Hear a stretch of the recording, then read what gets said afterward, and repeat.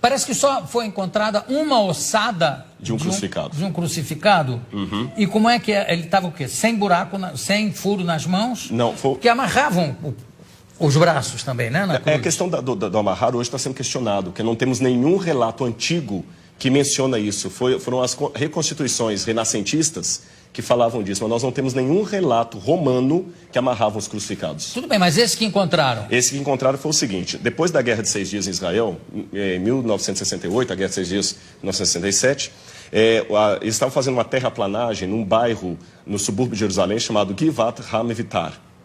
E os tratores bateram em ossários, ou caixões de pedra. Sim. E nos ossários, geralmente, você tem os ossos da pessoa e o nome escrito lá de fora, em alguns deles. E estava o nome Yohanan ben Hagakol. Ah, sim. Aliás, essa descoberta já... Não, a descoberta já tem algum tempo. Tem. Foi na década de 60, né? 68. Então, quando eles pegaram, eles abriram o ossário e perceberam que havia algumas coisas curiosas. O fêmur estava quebrado e no calcanhar havia um cravo romano fixado ali. Foi o único que encontraram. Então, a partir daquela ossada ali, eles fizeram um levantamento legístico de como seria a posição de um crucificado na cruz. E é bem diferente do que a gente imagina claro. Das reconstruções medievais. E o sofrimento de Cristo ficou de uma maneira muito mais dantesca, a visão arqueológica e eu até diria legística, porque foram médicos de medicina forense que fizeram reconstituição da causa morte. E o negócio de cravo na mão não tem?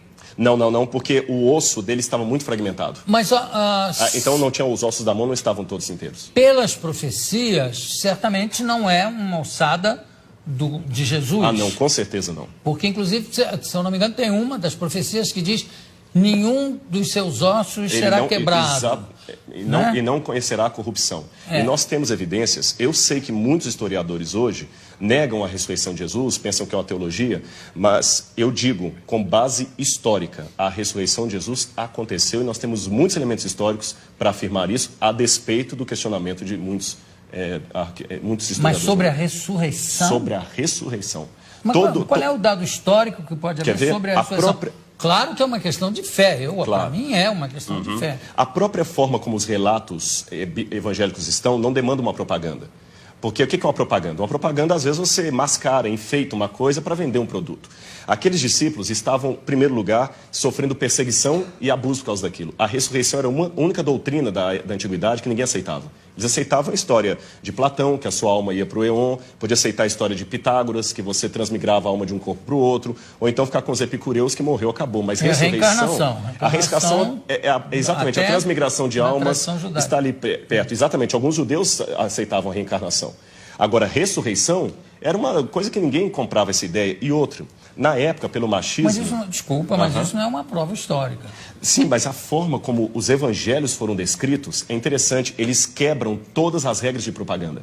Quer um exemplo?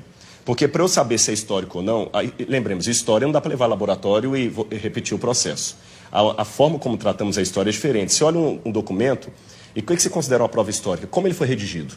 Ele foi redigido de uma maneira histórica, com E, ou uma maneira de propaganda, ou uma maneira real. E os evangelhos, por exemplo, eles mostram que a primeira testemunha de Jesus ressuscitado foi Maria Madalena, que era mulher. O testemunho de uma mulher não era válido. Se eles quisessem vender uma teoria, eles colocariam que os homens viram Jesus, e não as mulheres, porque o testemunho de uma mulher não era válido. Segundo, o fato de Jesus ressuscitar no terceiro dia. Para o judeu, até o terceiro dia, você podia ter um coma e voltar. Interessante que Jesus ressuscita depois do terceiro dia, ele estava realmente morto. Outro detalhe... Mas ele não ressuscita com o mesmo corpo que ele morre, né? Mas é um corpo glorificado. Glorificado, mas ele tinha algo tangível. Tanto é que quando ele aparece para Tomé, o famoso São Tomé, o incrédulo, ele fala: Tomé, veja que sou eu, que um espírito não tem carne e osso, toca nas minhas feridas. E depois ele pergunta: o que vocês têm para comer? Eles tinham peixe e favo de mel, e ele come com eles.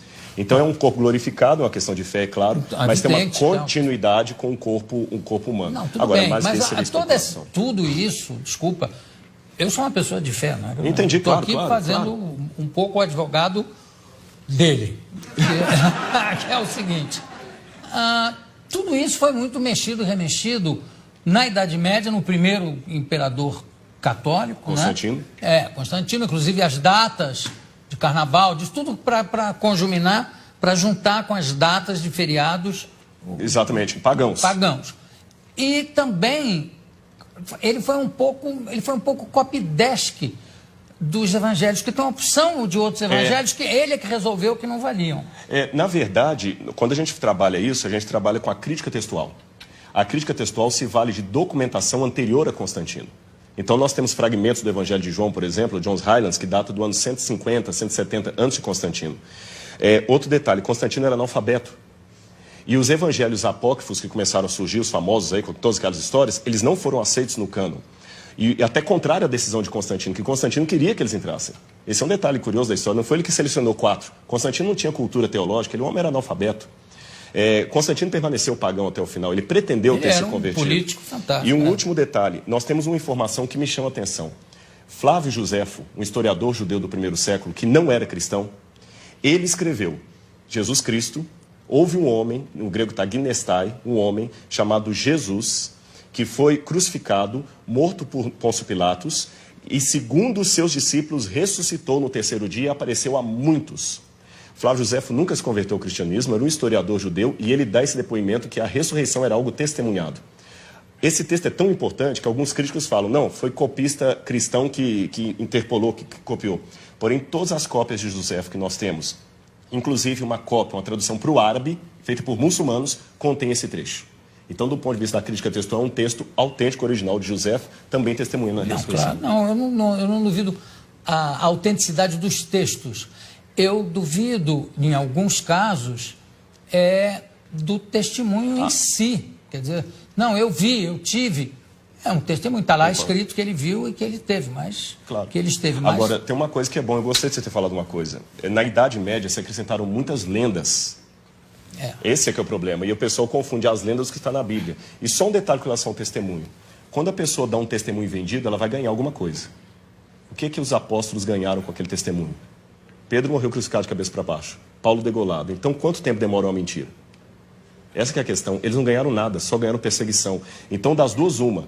Ou aquele pessoa era muito doido, ou ficaram tão extasiados com aquilo que preferiram morrer a negar o depoimento que eles estavam. Se fosse uma mentira, eles tinham pulado fora. Ninguém ia ficar com Cristo até o final. O único que traiu foi Judas. Os outros ficaram, e até hoje a história está aí, e nem a modernidade conseguiu matar essa brilhante história da ressurreição de Jesus.